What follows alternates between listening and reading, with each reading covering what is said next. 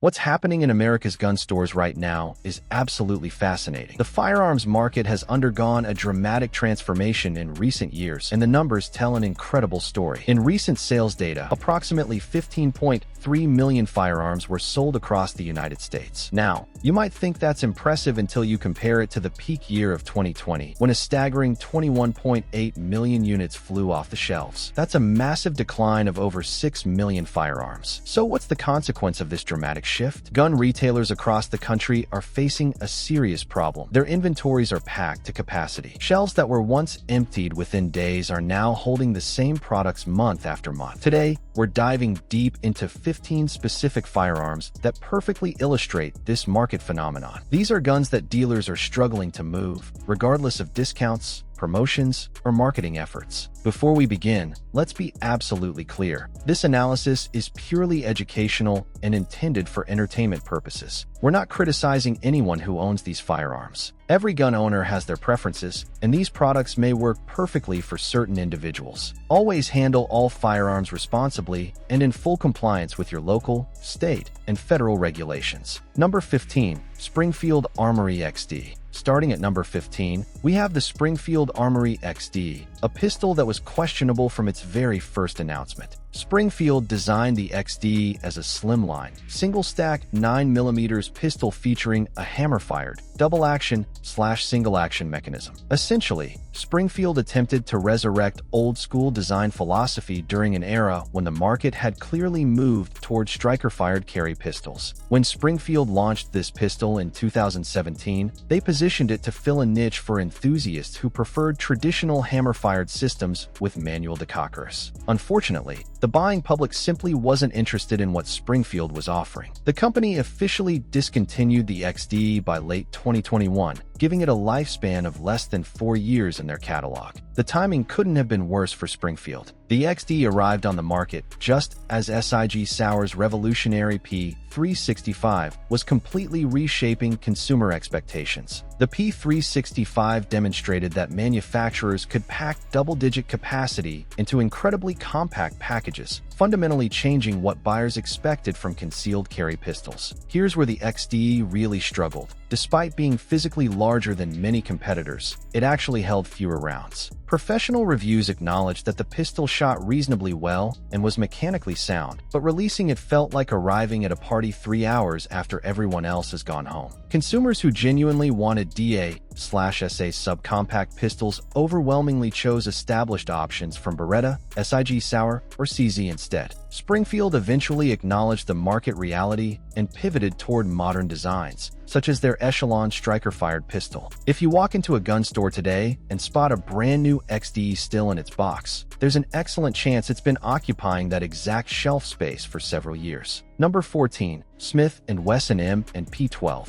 At number 14, we have proof that even industry giants make significant miscalculations. The Smith & Wesson M&P12 bullpup shotgun stands as a perfect example of how badly things can go wrong, even for major manufacturers with decades of experience. Smith & Wesson introduced this 12-gauge pump-action shotgun in 2021 with enormous marketing hype behind it. On paper, the specifications sounded absolutely incredible. A capacity of 14+1 rounds in a compact bullpup configuration designed specifically for home defense applications. The concept generated genuine excitement in the firearms community. However, reality delivered a harsh wake-up call. Within just months of release, Smith & Wesson issued a comprehensive recall for every single unit manufactured before October 15, 2021, due to cracked barrels. This wasn't a minor quality control issue. It was a fundamental design or manufacturing flaw that affected the entire initial production run. But the problems extended far beyond the recall. Users consistently complained that the design was unnecessarily complicated, excessively heavy for its intended purpose, and frustratingly selective about which ammunition it would reliably cycle. The shotgun weighs nearly 9 pounds when completely empty, which is substantial for a home defense firearm. With an MSRP hovering around $1,100, many potential buyers took one look at the combination of weight, complexity, and price, and simply said, "No thanks." In the years since launch, firearms dealers have been desperately trying to move their remaining inventory. Used examples have appeared on the secondary market for under $900, and retailers have offered steep discounts across the board. The combination of the recall and overwhelmingly negative word of mouth absolutely destroyed consumer demand. Smith & Wesson almost certainly manufactured far more units than the market was willing to absorb. According to industry tracking, these shotguns spend an average of over 177 days on dealer shelves before finding buyers, if they sell at all. Number 13. Beretta APX. Number 13 brings us to the Beretta APX, which demonstrates that even legendary manufacturers can struggle in modern markets. Beretta built their reputation on the iconic 92 series of pistols, but their attempt to compete in the modern striker-fired market has been far from successful. The APX entered the already crowded polymer-framed 9mm market around 2017. From a pure performance standpoint, it's actually a solid, reliable pistol. The problem? It lacked any distinctive features or advantages that would convince buyers to choose it over established favorites from Glock,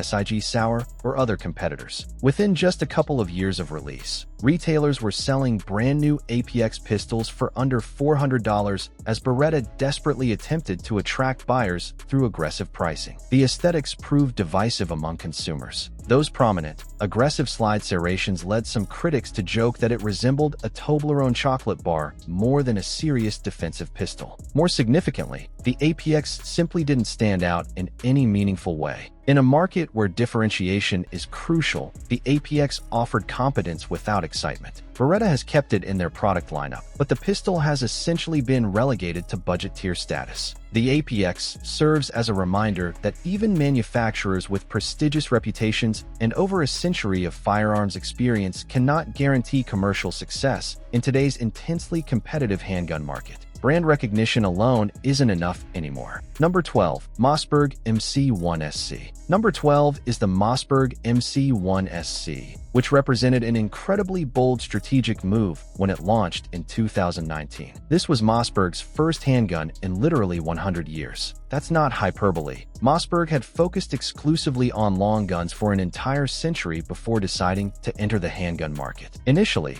the MC1SC generated curiosity, and several professional reviews praised its slim, ergonomic design. However, it was quickly overshadowed by established competitors. In the early 2020s, micro-compact pistols with significantly higher capacities were dominating the concealed carry market. Guns like the SIG P365, Springfield Hellcat, and others were setting new standards that the MC1SC simply couldn't match. Mossberg quietly discontinued the MC1SC in early 2024. The reason was straightforward: sales were deeply disappointing. Breaking into the crowded concealed carry pistol market is extraordinarily difficult, and Mossberg learned this lesson the hard way. Many consumers simply never considered giving Mossberg a chance in the handgun category. Despite Mossberg's stellar reputation for shotguns and rifles, that goodwill didn't automatically transfer to handguns. Unsold units lingered on dealer shelves for extended periods, often marked down heavily just to clear inventory space. The MC1SC experience taught Mossberg what many other manufacturers have learned. Even a century of excellence in one product category doesn't guarantee success when expanding into new markets. Consumer trust and market share must be earned separately in each category.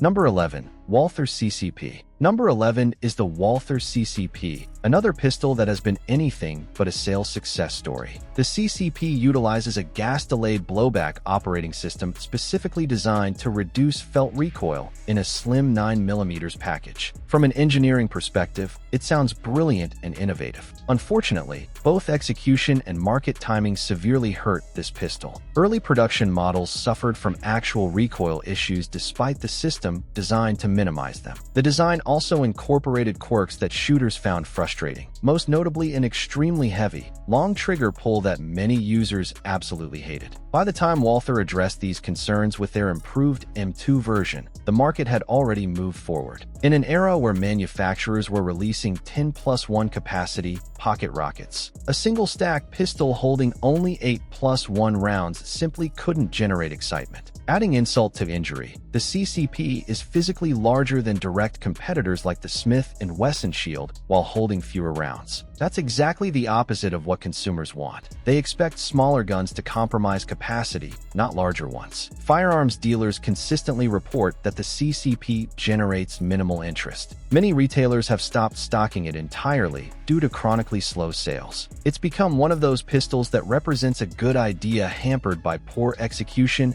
and unfortunate timing. Number 10. FN503. Number 10 proves that even firearms industry giants occasionally swing and miss spectacularly. The FN503 pistol from FN America is a textbook case of being completely outpaced by market evolution and competitor innovation. This slim, single-stack 9mm pistol was designed for concealed carry and launched in 2020. The problem should be immediately obvious. By that time, the concealed carry market had already shifted dramatically toward higher capacity in similar-sized packages. The market had moved, but FN's product planning hadn't kept pace. When the 503 hit retail shelves with a capacity of just 6+1 rounds, concealed carry enthusiasts were snapping up guns like the Springfield Hellcat offering 11+1 capacity. FN priced the 503 at approximately $500 initially, asking consumers to pay premium prices while offering fewer rounds and no clear advantages over the competition. It didn't take long for FN to face reality. The company quietly discontinued the 503 after disappointing sales. One firearms retailer bluntly stated, "They suck.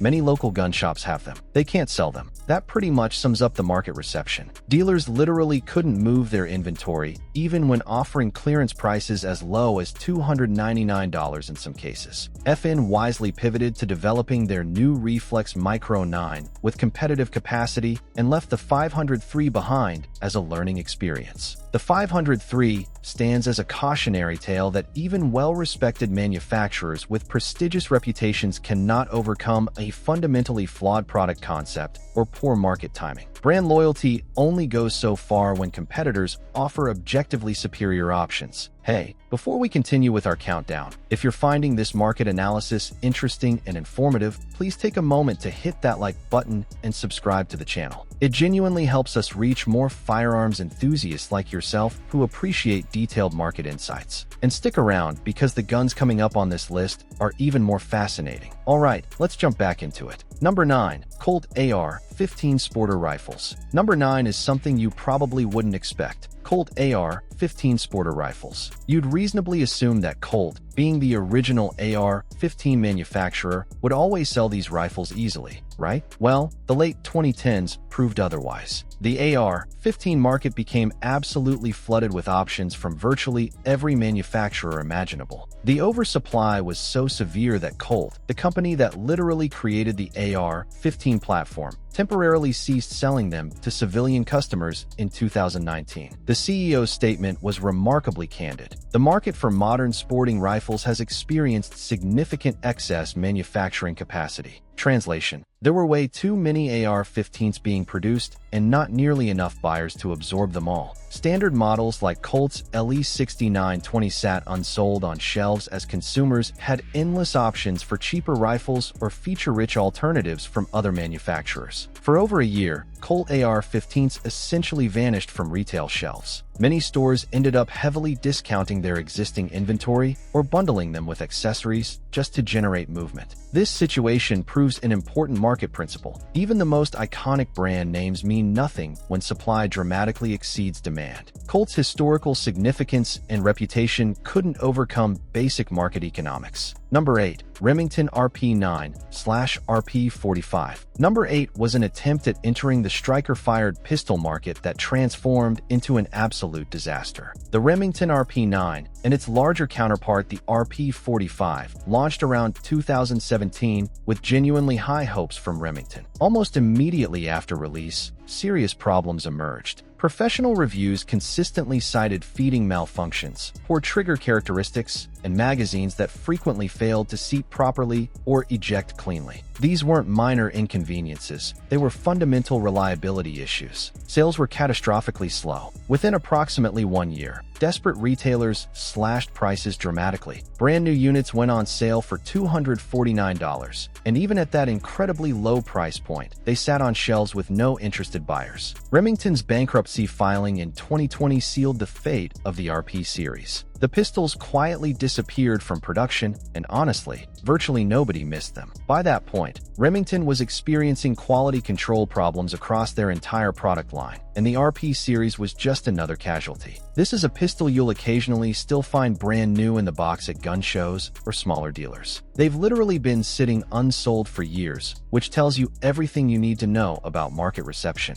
Number 7. Remington 870DM. Number 7 brings us another Remington failure. The 870DM represented an attempt to modernize the legendary Model 870 pump shotgun by incorporating a detachable box magazine system. Introduced in late 2017, the concept initially intrigued consumers, but the product execution was absolutely terrible. The fundamental problem? Remington never manufactured sufficient spare magazines. Customers who purchased an 870DM frequently found that no additional magazines were available for sale anywhere. Imagine buying a magazine-fed shotgun and being unable to purchase extra magazines. It's almost comically bad product planning. By mid-2019, stores were placing the 870DM on clearance. One industry commentator noted seeing them on sale for $299 after manufacturer rebates. That's an insanely low price for a new Remington shotgun from a major manufacturer. Remington's complete collapse in 2020 finished off the 870DM entirely. Gun shops that had stocked up on inventory in 2018 found themselves sitting on an essentially orphaned platform with no manufacturer support and no consumer interest. These shotguns became dead weight, occupying valuable retail space. Number 6. .40 SNW pistols. Number 6 isn't a specific firearm model. It's an entire caliber category that's gathering dust across America.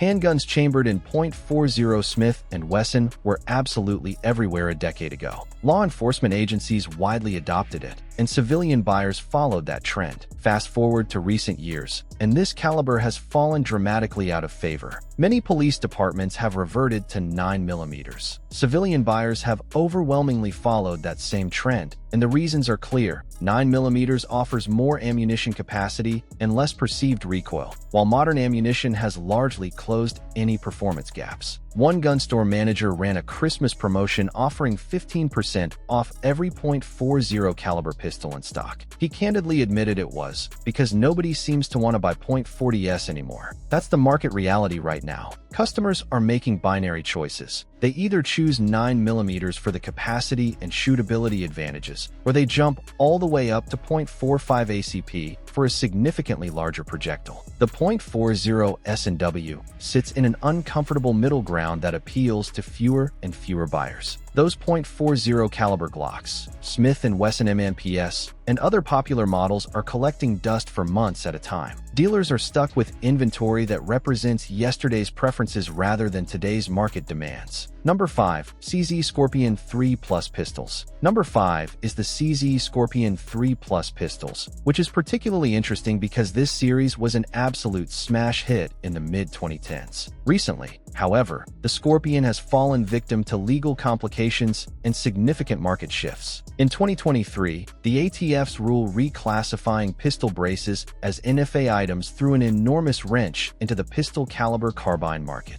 Dealers suddenly couldn't sell braced pistols in their previous configuration without navigating complex legal requirements. CZ USA even started offering $100 manufacturer rebates on all new Scorpion models in 2023, which was a clear signal that they needed to stimulate sales. Consumers became hesitant to purchase these pistols without the stabilizing braces that had made them so popular in the first place. Even now, with legal challenges potentially reversing or modifying the brace rules, the damage has been done. The market is saturated with inventory, and buyers remain cautious. Dealers with inventory purchased in the early 2020s watched it collect dust as the regulatory landscape shifted. The Scorpion situation demonstrates how regulatory changes can instantly transform a hot-selling item into a shelf-sitter, regardless of the product's actual quality or performance. It's a reminder that the firearms market exists within a complex legal framework that can shift with significant consequences. Number 4. Seikko S20. Number 4 proves that not all shelf-sitters are budget-priced firearms. The Seikko S20 is a precision-manufactured, finished-designed bolt-action rifle introduced around 2020. Seikko marketed it as the first true hybrid rifle optimized for both hunting and precision shooting applications. The S20 carried a substantial price tag, frequently $1,600 or more. The American market response was absolutely frigid. By 2023, industry insiders on shooting forums began reporting that Seikko was discontinuing the model due to poor sales performance. The S20 attempted to be a jack of all trades, but ended up excelling at neither primary mission. It's fairly heavy for a dedicated hunting rifle,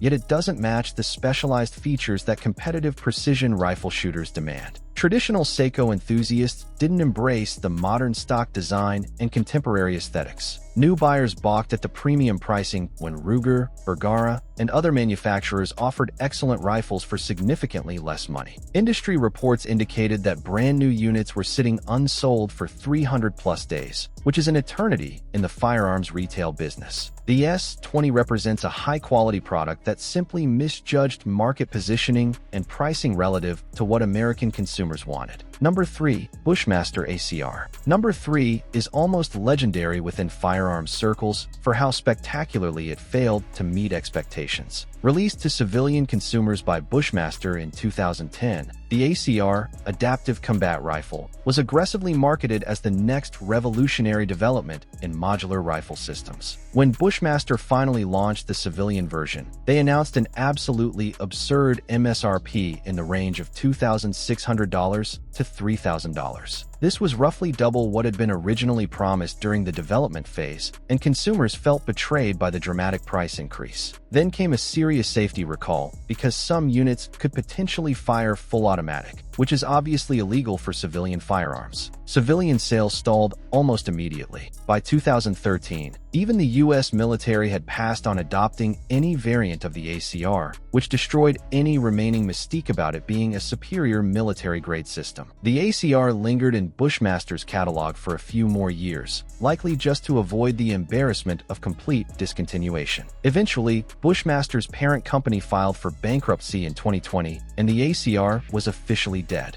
Many units sat on dealer shelves for over 365 days without finding buyers. The ACR stands as a prime example of what happens when a product completely misses the market's sweet spot in terms of pricing, performance, and positioning. It promised revolution but delivered disappointment. Number 2. Springfield Armory St. Edge Evac. Number 2 shows that even when a manufacturer has success with a product line, specific variants can still fail dramatically. Springfield scored significant hits with their Saint line of AR-15s, but the Edge Evac variant was a complete miss. The Edge Evac was an ultra-compact 5.56 pistol introduced around 2020, featuring a folding SB tactical stabilizing brace. It was undeniably cool-looking and clearly designed for a very specific niche use case. However, with pricing around $1,700 to $1,800, it struggled badly to find buyers willing to pay that premium. The ATF's stabilizing brace controversy placed products like the Edge Evac in legal limbo, further dampening already weak demand. Springfield discontinued it within a couple years due to low sales. It appears they only manufactured limited production batches before recognizing the problem. This is a classic case of an ultra-niche product launched into a down market. Most consumers would simply purchase a standard AR pistol or go through the proper legal channels to build a short-barreled rifle, rather than paying premium prices for what was essentially a highly specialized toy. The Edge Evac demonstrates that even reputable companies with successful product lines can dramatically overestimate demand for specific variants, particularly those in narrow niches at premium price points. Number 1. Remington R51. Taking the top position as the gun that has languished on shelves longer than any other modern firearm, we have the Remington R51. This pistol's name has become practically synonymous with product failure in firearm circles. Remington announced the R51 in 2014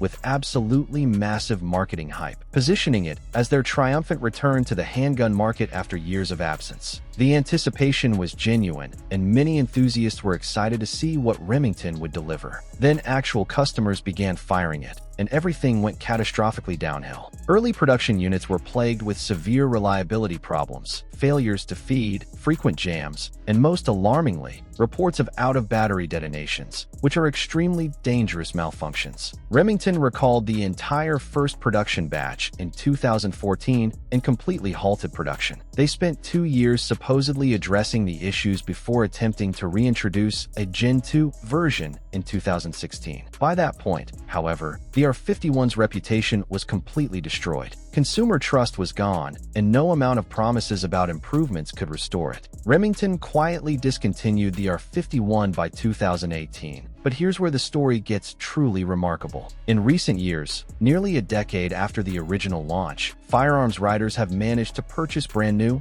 R51 pistols for less than $200 from retail stores. Think about that. A gun originally launched in 2014 has been available brand new, essentially on clearance, almost 10 years later. Some units were so thoroughly unwanted that they remained in warehouses and storage facilities through multiple ownership changes of Remington itself. The company went bankrupt, was reorganized, sold off, and these pistols just kept sitting there, unsold and unwanted. The R51 truly earned its position at number 1 on this list. It represents the absolute worst-case scenario for a firearms manufacturer, a highly anticipated product that failed catastrophically, damaged the brand's reputation, and then literally sat unsold for nearly a decade. It's the poster child for how badly things can go wrong in product development and launch. So there you have it, 15 firearms that have been occupying shelf space in gun stores across America, sometimes for years without finding buyers. These examples collectively demonstrate just how unpredictable and unforgiving the firearms market can be.